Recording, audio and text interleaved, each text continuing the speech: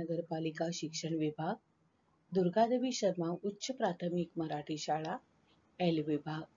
मी रजनी अशोक कदम। आज हम पढ़ने वाले हैं सुलभ भारती कक्षा 7वीं, विषय हिंदी। आपकी virtual class teacher Rajni Ashok Kadam इस वर्चुअल क्लास में आपका स्वागत करती है। सुस्वागतम। आज हम पढ़ेंगे सुलभ भारती कक्षा 7वीं, विषय हिंदी। पृथ्वी से अग्नि तक।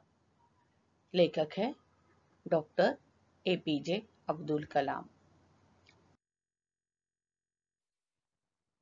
इनका परिचय आपको अलग से देने की कोई जरूरत नहीं है, पूरा राष्ट्र इन्हें जानता है। यह है डॉक्टर एपीजे अब्दुल कलाम, हमारे 11वें प्रेसिडेंट। इनका जन्म है 15 अक्टूबर 1931 में रामेश्वर, तमिलनाडु में हुआ। मृत्यु हुई 27 जुलाई 2015 में। इन्होंने साहित्य में अग्नि की उड़ान, छुआ आसमान आदि लेखन किया है।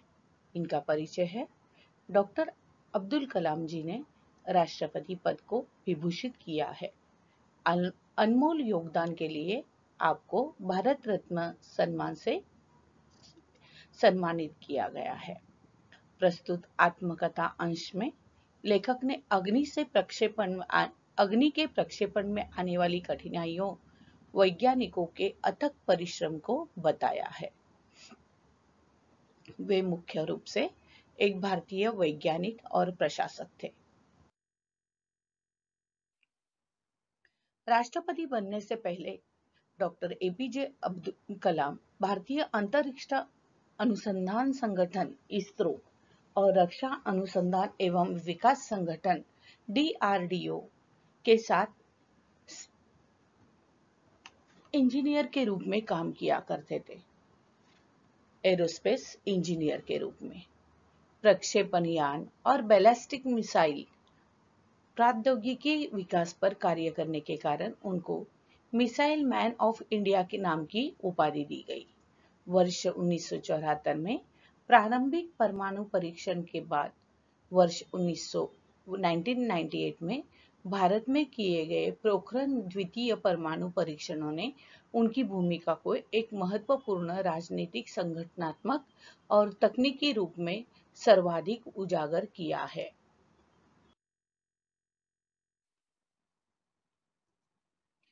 वह स्कूली अध्ययन में एक औसत दर्जे के विद्यार्थी थे। जी हाँ बच्चों, हम जैसे सामान्य विद्यार्थी ही थे, परंतु असामान्य चीज उनमें ये थी कि चीजों की सीखने की प्रबल इच्छा वह उनमें बहुत अलग थी।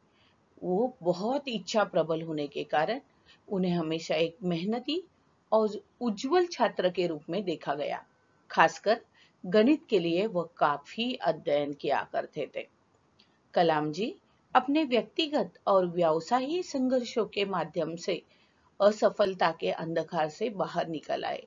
देखो बच्चों, किसी भी चीज में हमें अपनी मायूसियत छोड़ देनी चाहिए और हमें उसमें से बाहर निकालकर हमें हमेशा अच्छा सोचना चाहिए।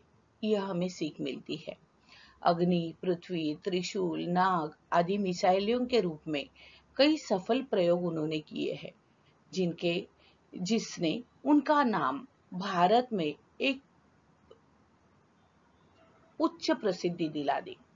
देश की प्रतिष्ठा को अंतरराष्ट्रीय स्तर पर उजागर कर दिया गया।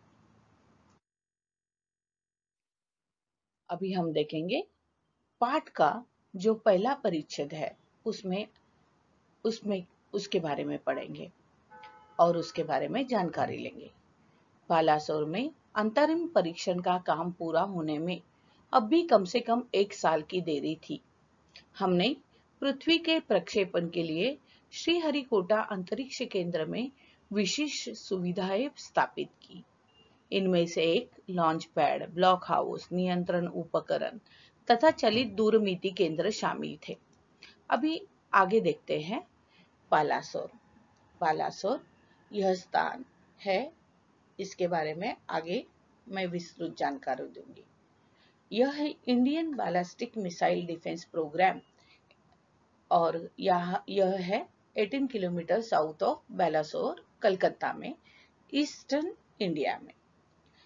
आगे शब्द है लॉन्च पैड। लॉन्च पैड यानी जहां हम मिसाइल लॉन्च करते हैं उसे कहते हैं लॉन्च पैड। ब्लॉक हाउस यानी वहां सब नियंत्रण रखा जाता है उसे कहते हैं ब्लॉक हाउस। दूरमिति केंद्र मतलब यह सब एक कंप्यूटराइज केंद्र के साथ बंधा रहता है। ये देखिए, यह है श्रीहरिकोटा और ये है लॉन्च पैड। देखिए यहाँ ये लॉन्च किया गया है और इसका और चित्र भी आगे विस्तृत से आपको देखने को मिलेगा। ये है बालासोर, जहाँ का स्थान है कि यहाँ Indian ballistic missile defence program integrated test है जो लोकेटेड है और यह है साउथ ऑफ बालासोर।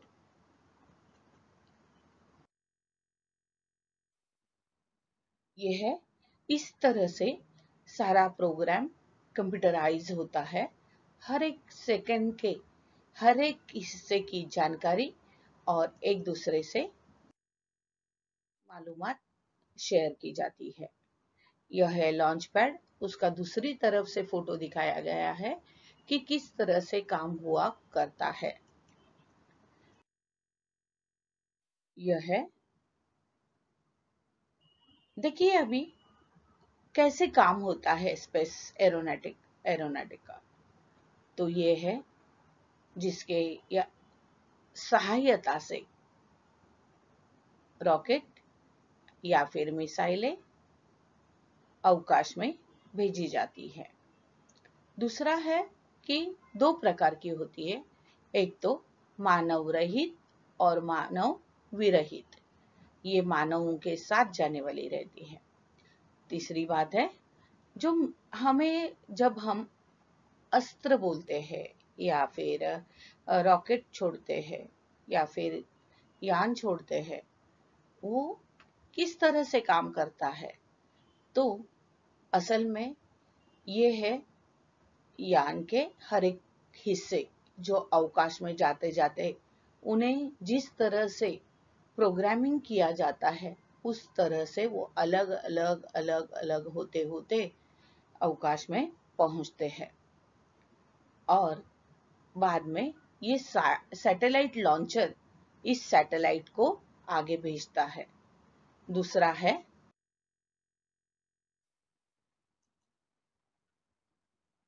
पृथ्वी के उपग्रह को 25 फरवरी 1988 को सुबह 11:23 पर छोड़ा गया। यह देश के रॉकेट विज्ञान के इतिहास में एक युगांतकारी घटना थी। निर्देशित मिसाइलों के क्षेत्र में निर्भर देश के रूप में पृथ्वी के उद्भव से संसार के सभी विकसित देशों को विचलित कर दिया। सामर्थ्यशील नागरिक, अंतरिक्ष उद्योग, व्यवहार्य मिसाइल आधारित सुरक्षा प्रणालियों ने भारत को चुनिंदा राष्ट्रों के समूह में पहुंचा दिया था। अभी चुनिंदा यानी गिने चुने। युगांतकारी घटना मतलब उस युग में बदलाव लाने वाली वह घटना थी। विकसित यानी जिसका विकास पूरा हो चुका है वह घटना थी। मिसाइल यानी प्रक्षेपास्त्र यानी कि दूर से भेजे जाने वाले अस्त्र। अभी इनको विचलित कर देना मतलब डगमगा देना। इनका हम और भी उपयोग देखेंगे।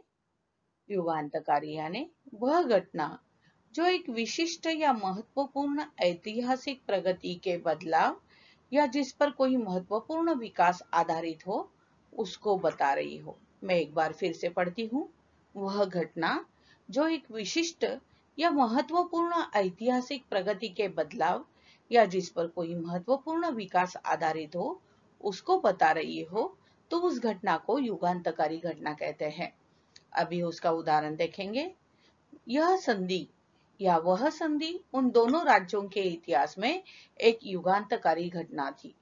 मतलब यह संधि या वह संधि उन दोनों राज्यों के इतिहास में एक युगांतकारी घटना थी। इस तरह से युगांतकारी शब्द को हमने वाक्य में प्रयोग किया। अभी विकसित, विकसित यानी जिसका विकास हो चुका है, जो फूल भी खिलता है, मतलब फूल विकसित होता है। प्रफुल्ल, तो उसे भी विकसित कहेंगे। प्रस्फुटित, प्रसन्न, उसे भी विकसित कहेंगे। और इसके विरोधी शब्द कौन सा है? विपरीत मतलब विरोधी। अर्ध विकसित मतलब जो पूरी तरह से विकसित न हो वह। नामुकम्मल मतलब पूरा विकसित नहीं हुआ है वह। जिसका अभी विकास चालू है मतलब विकसनशील। तो विकसित के विरोधार्थी शब्द आप कौन सा देंगे? विकसनशील या अविकसित या अर्ध विकसित। या फिर असामयिक मतलब कच्चा, अधपका, अप्रौढ़, समय से पूर्व का। यह सब विरोधी शब्द है किसके? विकसित के। अल्प विकसित मतलब कम विकसित हुआ। प्रस्फुटित, अधिक खिला हुआ, म्हणजे फूल अल्प विकसित था मतलब अधिक खिली हुई कली थी। इस तरह से हम वाक्य में उसका उपयोग कर सकते हैं। विचलित कर देना मतलब डगमगा देना। खेल मुझे अपनी पढ़ाई से विचलित कर देता है। कोई भी खेल मुझे अपनी पढ़ाई से विचलित नहीं कर सकता। दोनों तरफ से आ सकते हैं। तो आगे देखेंगे हम। डगमगाना यानी हिल जाना। चुनिंदा यानी सिलेक्टेड, गिने चुने। मिसाइल के बारे में अभी देखेंगे हम। मिसाइल और बैलिस्टिक मिसाइल में क्या फर्क है? तो जिस मिसाइल को हम कहते हैं कि जिसको निर्देशक यंत्र लगता है। क्या लगता है? निर्देशक यंत्र लगता है। जैसे कि ये देखिए, तो निर्देशक यंत्र जिसमें लगता है मतलब क्या हुआ? तो मतलब हुआ कि दिशा निर्देश की जाती है। मतलब यहाँ डालना है या उसको एक हम बोलते हैं ना कि उसको एक दिशा दी जाती है कि इधर करना है, उधर करना है, उधर करना है। तो उस दिशा के हिसाब से जो मार्ग तय किया है उसी मार्ग पर वो जाएगा और उसी मार्ग मार्ग तय किया है उसी मार्ग से वो वापस भी आ जाएगा। तो उसे निर्देश यंत्र लगा रहता है। तो उसे बैलिस्टिक मिसाइल कहा जाता है। मिसाइल मतलब प्रक्षेपास्त्र। मिसाइल मतलब प्रक्षेपास्त्र। ये प्रक्षेपास्त्र दागे जाने के बाद पृथ्वी के गुरुत्वाकर्षण के नियम अधीन किसी खास लक्ष्य पर गिरता है। यह मिसाइल पहले बहुत तेजी से ऊपर की तरफ जाता है और फिर पृथ्वी की गुरुत्वाकर्षण शक्ति द्वारा और तेजी से गति के साथ नीचे आते हुए अपने लक्ष्य को भेदता है। इसे बैलिस्टिक मिसाइल कहते हैं।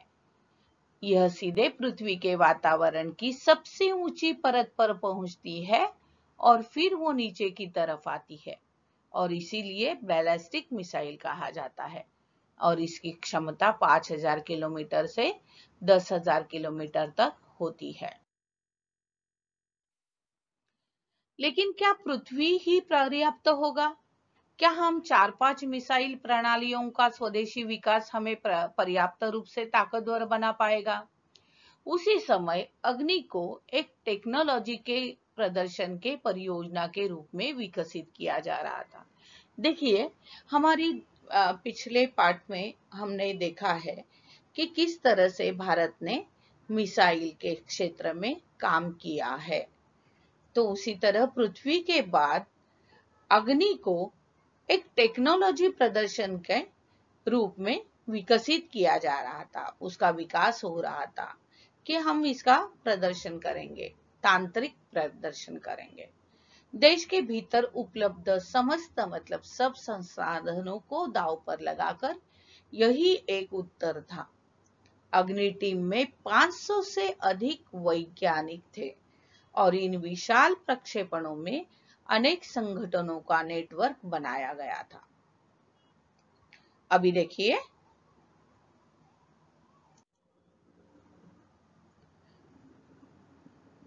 तो देश के भीतर उपलब्ध समस्त संसाधनों को दांव पर लगाकर यही एक उत्तर अग्नि टीम के पास था और उनमें 500 से अधिक वैज्ञानिक थे और इन विशाल प्रक्षेपणों में अनेक संगठनों का नेटवर्क था। अग्नि यह हमारी मिसाइल का नाम है जो और ज्यादा लंबी जाने वाली थी और उसको अलग तरीके से विकसित किया गया था। टेक्नोलॉजी का प्रदर्शन मतलब टेक्नोलॉजी यानी तांत्रिक, उसका प्रदर्शन हमें करना था।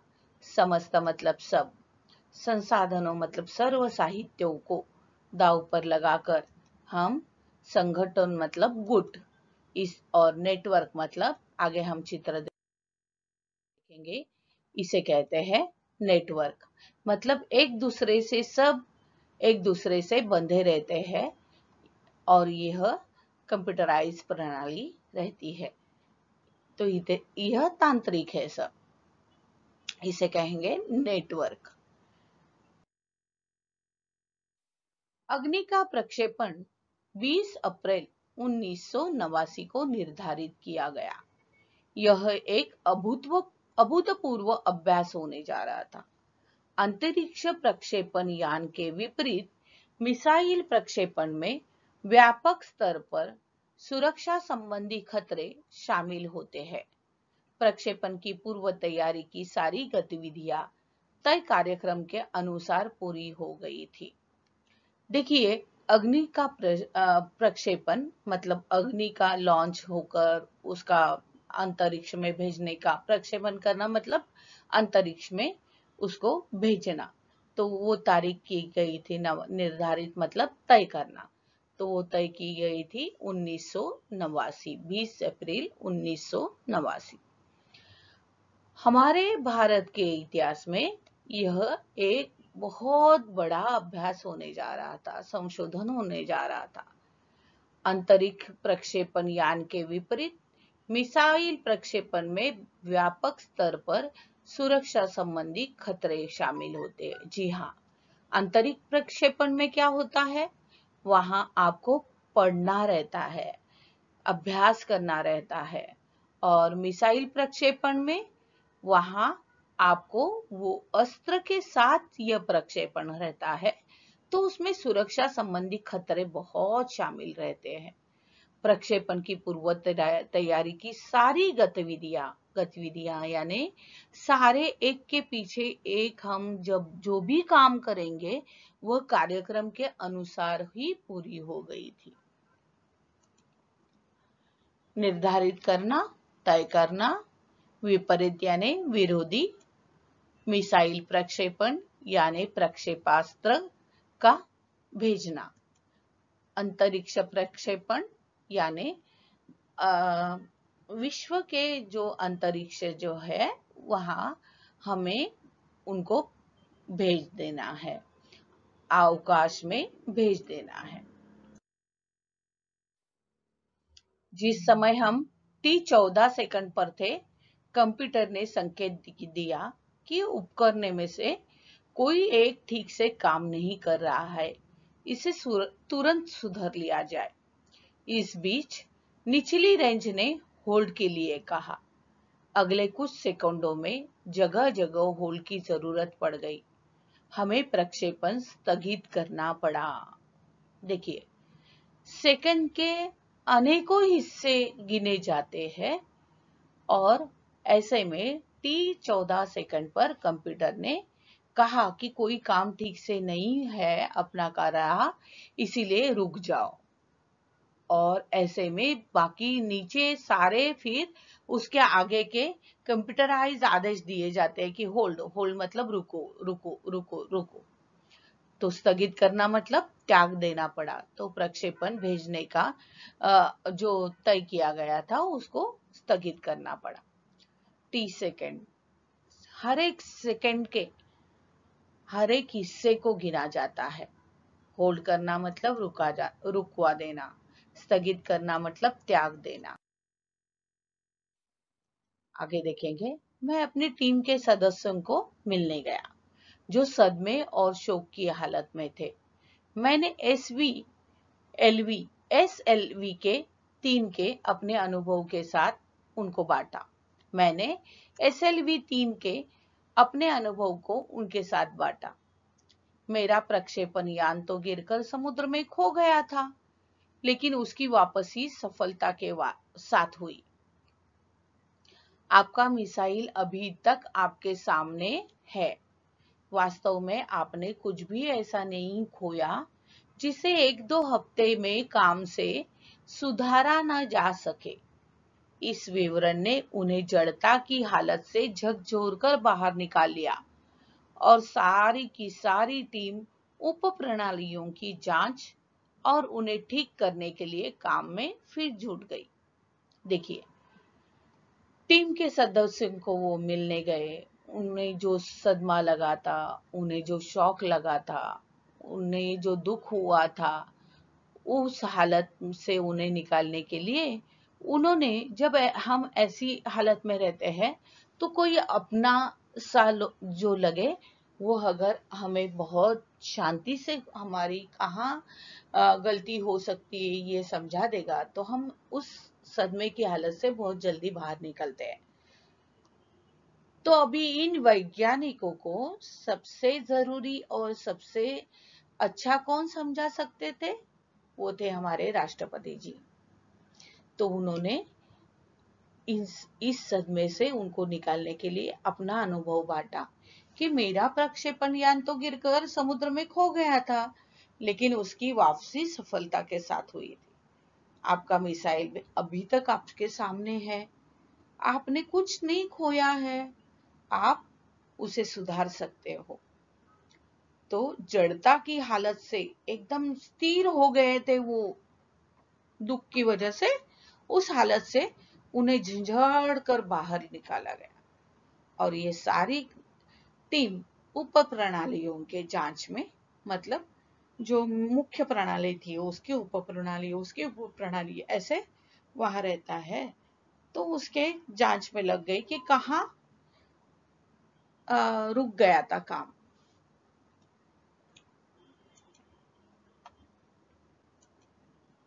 सदमे में मतलब शौक में, शोक यानी दुख, जड़ता की हालत यानी स्थिर हो गए थे वो, झकझोर कर मतलब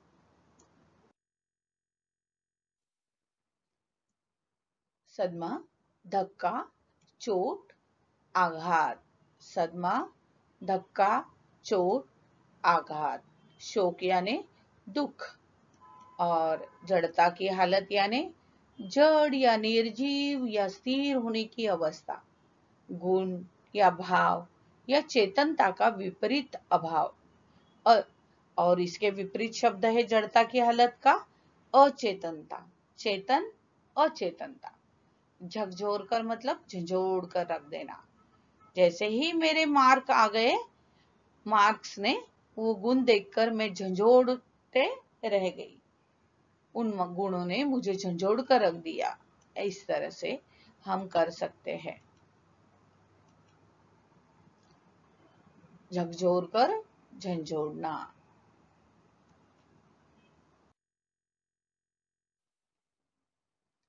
अगले 10 दिन तक दिन रात चले विस्तृत विश्लेषण के बाद हमारे वैज्ञानिकों ने क्या किया?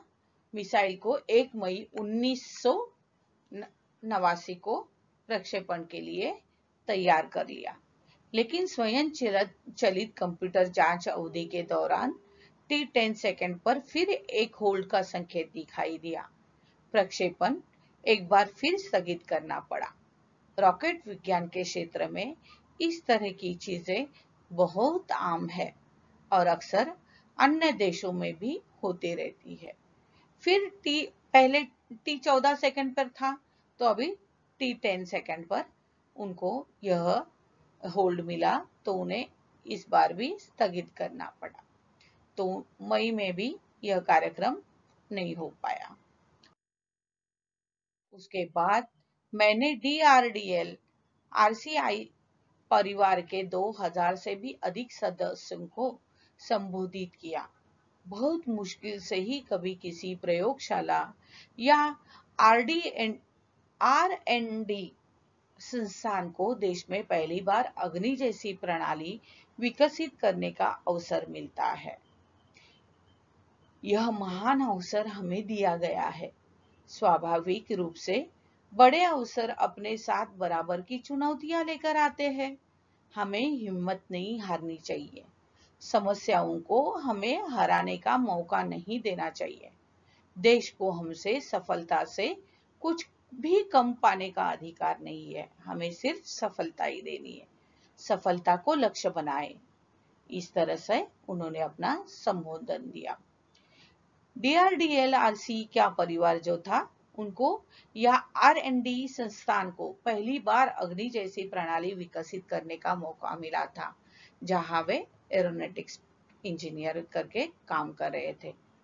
तो इसीलिए उन्होंने अपने वैज्ञानिकों को हौसला बंधाया और उनको लगभग यह जो था संबोधन खत्म कर चुका था कि लोगों को कहते पाया कि मैं आपसे वादा करता हूं, महीने के खत्म होने से पहले ही अग्नि का कामयाबी से प्रक्षेपण करने के बाद हम यहाँ वापस मिलेंगे।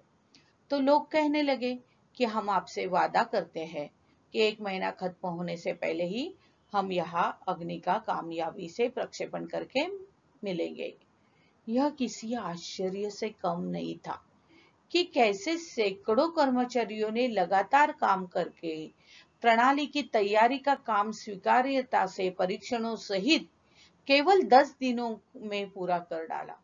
लेकिन सब बाधाएं पैदा करने की बारी अब विपरीत मौसम की थी। सब कुछ ठीक था, तकनीकी कोई खराबी नहीं थी, पर अभी नैसर्गिक विपत्ति आ गई थी। मौसम ने इस बार रोड़ा डालने की सोची थी और वो चक्रवात यानी वादळ जिसे कहते हैं, तो वो खतरा मंडरा रहा था।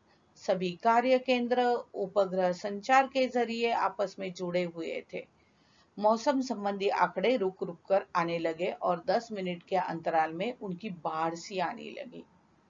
मौसम संबंधी जानकारी रखना बहुत जरूरी था, क्योंकि मिसाइल भेजने के लिए, लॉन्च करने के लिए सारी चीजें तैयारी लगती है। अंततः प्रक्षेपण में 22 मई 1989 के रोज निर्धारित किया गया। यह पूर्णिमा की रात थी। ज्वार के कारण लहरें किनारों से टकराकर और अधिक शोर मचा रही थी। क्या हम अग्नि के प्रक्षेपण में कल सफल होंगे?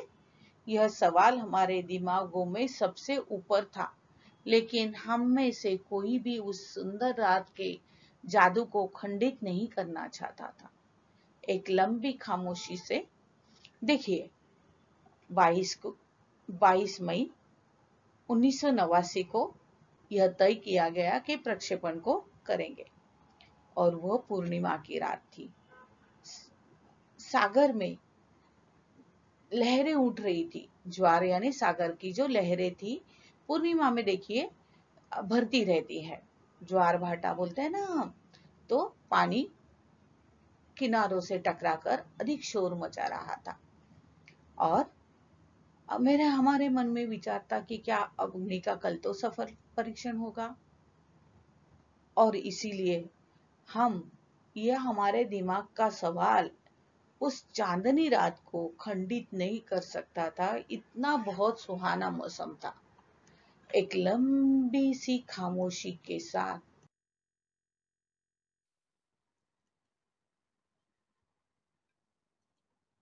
तोड़ते हुए आखिरकार रक्षा मंत्री महोदय ने मुझसे पूछा, कलाम, कल तुम अग्नि की कामयाबी का जश्न मनाने के लिए मुझसे क्या उपहार चाहोगे?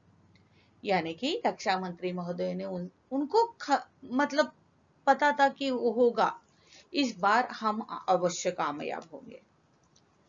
यह एक मामूली सवाल था, लेकिन मैं तत्काल इसका कोई जवाब नहीं सोच पाया। मैं क्या चाहता था? क्या था जो मेरे पास नहीं था? कौन सी चीज मुझे खुशी दे सकती थी? तब मुझे जवाब मिल गया। हमें आरसीआई में लगाने के लिए लाख पौधे की जरूरत है। और मैंने कहा, मंत्री महोदय को भी कंफर्म था कि नहीं, कल अग्नि का कामयाबी से प्रक्षेपण होगा, और इसीलिए उन्होंने फोन करके क्या उपहार चाहिए कल आपको, ऐसा प्रश्न भी पूछा था। यह एक मामूली सवाल था और उसका उत्तर फिर उन्होंने सोचा कि मुझे आरसीआई में लगाने के लिए 1 लाख से ज्यादा पौधे जरूरी है। मतलब यहाँ भी उन्होंने अपने देश के बारे में सोचा। लाख पौधों की जरूरत है, उन्होंने कहा। और अगले ही दिन सुबह 7:10 पर अग्नि मिसाइल प्रज्वलित हो उठी। यह एक परिपूर्ण प्रक्षेपण था। सभी उड़ान मानक पूरे हुए। यह एक दुस्वप्न भरी नींद के बाद एक खूबसूरत सुबह में जागने जैसा था। हम अनेक कार्य केंद्रों पर 5 साल की कड़ी मेहनत के बाद लॉन्च पैड पर आए थे।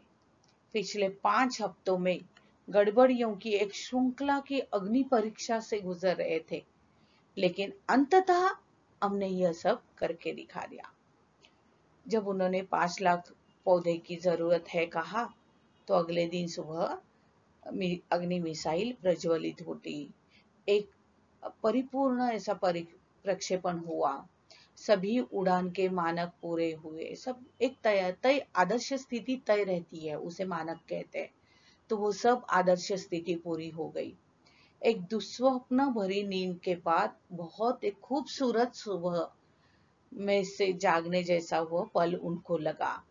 और उनकी 5 साल की अनेक केंद्रों पर, जो जैसे बालासोर में काम चल रहा था, यहाँ काम चल रहा था, तो दोनों तरफ की जो मेहनत थी, अनेक केंद्रों की मेहनत थी, तो उन केंद्रों की मेहनत को क्या हुआ, सफलता मिली।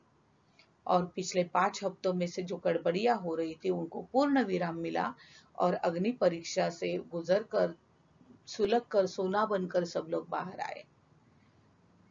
इस तरह से उन्होंने यह अग्नि परीक्षा पूरी की। यह मेरे जीवन का महानतम क्षणों में से एक था। सिर्फ 600 सेकंडों की भव्य उड़ान ने हमारी सारी थकान को एक पल में धो डाला था। सालों की मेहनत का क्या शानदार नतीजा मिला था। जब हम ना बहुत मेहनत करके जब कुछ पाते हैं, तो उसका आनंद जो होता है वह हम वर्णन नहीं कर सकते। हमारे शब्द भी कम पड़ जाते हैं। बहुत शानदार अभिमानदायक घटना वह रहती है। तो वो कहते हैं कि वो उड़ान भरने के लिए 600 सेकंड लगे। यह भव्य उड़ान थी हमारे सपनों की। यह भव्य उड़ान थी हमारे हौसलों की, और इसका शानदार नतीजा उन्हें मिला था। इस पाठ में जो नए शब्द आए हैं वो है युगांतकारी, यानी युग प्रवर्तक। मतलब उस युग को बदल कर रख देने वाला, ऐसे। आत्मनिर्भर यानी स्वावलंबी। चुनिंदा यानी चुनाव हुआ। अभूतपूर्व यानी अनोखा। गतिविधियां यानी कृतियां। सदमा यानी दुखद घटना का आघात। झकझोरना यानी झंझोड़ना। चक्रावात यानी भवंडर। अंतराल यानी बीच का समय। और नतीजा यानी परिणाम। मुहावरा है दांव पर लगाना। कुछ पाने के बदले कुछ लगाना। हमेशा जब हम परीक्षा में अच्छे गुण पाने के लिए हम मेहनत दांव पर लगाते हैं। जितनी ज्यादा मेहनत उतने गुण अच्छे। तो इस तरह से हमें कुछ पाने के लिए कुछ लगाना भी पड़ता है। यह हुए आपके शब्द। बच्चों, अभी हम देखेंगे, अभी हम सोचेंगे। स्पेस के बारे में हमने बहुत सारी माहिती इकट्ठा की है। हमने बहुत सारा ज्ञान हासिल किया है। कि मिसाइलें कैसी बनती है, उनका काम कैसे चलता है। यह हमने पार्ट 1 में देखा और पार्ट 2 में हमने इस पार्ट में पढ़ा कि अग्नि का प्रक्षेपण करते वक्त कौन कौन सी कठिनाई आई, और जब हमारे जीवन में जब कोई कठिनाई आती है तो हम उस पर कैसे लांघते हैं, उस मर्यादा को पार करके जीत हासिल करते हैं। तो आप भी बहुत सारी इंटरनेट का माध्यम से माहिती इकट्ठा करो और हम विज्ञान लोक के वासी पर अपने विचार करो, अपने विचार लिखो और आगे जरा सोचो और चर्चा करो कि यदि मैं अंतरिक्ष यात्री बन जाऊं तो मुझे क्या करना पड़ेगा, कैसे करना पड़ेगा, उसके लिए क्या मेहनत करनी पड़ेगी। इसके सारे बारे में जरा सोचो और फिर आपस में एक दूसरे से चर्चा करो और उसके बारे में लिखो। विचार मंथन भी करना है, हम विज्ञान लोक के वासी। यह है प्रक्षेपण, प्रक्षेपास्त्र।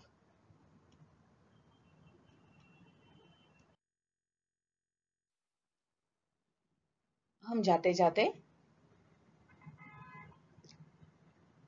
एक कविता पढ़ेंगे। अग्नि में मत ढूंढो शत्रु को भयग्रस्त कराता शक्ति का स्तंभ कोई। अग्नि में मत ढूंढो शत्रु को भयग्रस्त कराता शक्ति का स्तंभ कोई। यह तो है एक आग दिल में जो सुलगती, यह तो है एक आग दिल में जो सुलगती, हर भारतीय के सभ्यता के स्रोत सी, हर भारतीय के सभ्यता के स्रोत सी। एक छोटी सी प्रतिभा है यह, एक छोटी सी प्रतिभा है यह, भारत के गौरव की आभा से प्रदीप्त जो। एक छोटी सी प्रतिभा है यह, भारत के गौरव की आभा से प्रदीप्त जो।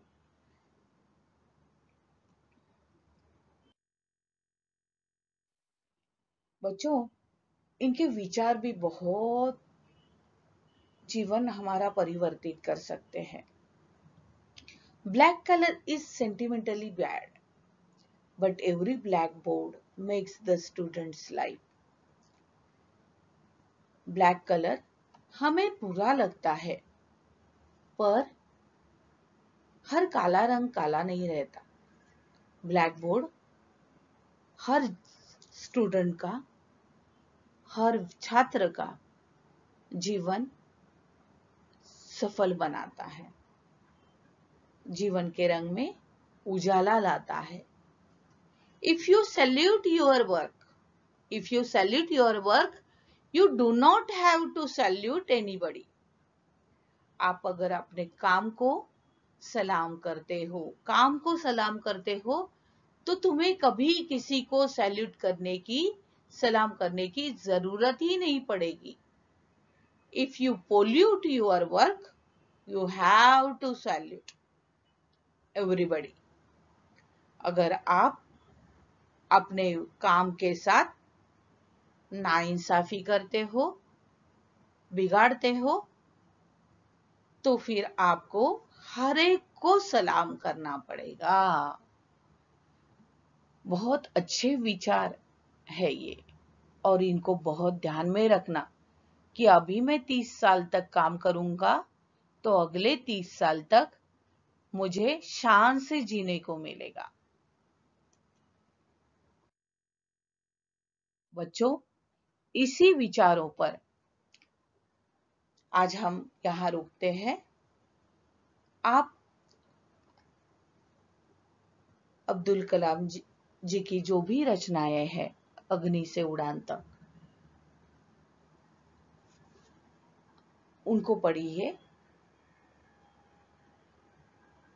और उनकी जीवन चरित्र के बारे में माहिती लीजिए, जानकारी प्राप्त कीजिए। उसी के साथ बहुत बार ये पाठ पढ़िए, उसके अंदर के सारे शब्द को ध्यान से अपने जहन में रखिए। आपको पाठ अच्छा लगा हो तो बीएमसी एजुकेशन चैनल को सब्सक्राइब कीजिए, बेल आइकन को प्रेस कीजिए और दो चीजें ध्यान में रखिए। एक तो अपने घर की सेहत का ध्यान रखिए, अपनी सेहत का ध्यान रखिए, मास्क पहनिए, 6 फीट की दूरी को ध्यान रखिए और डिस्टेंस मेंटेन कीजिए। आपको बहुत बहुत धन्यवाद।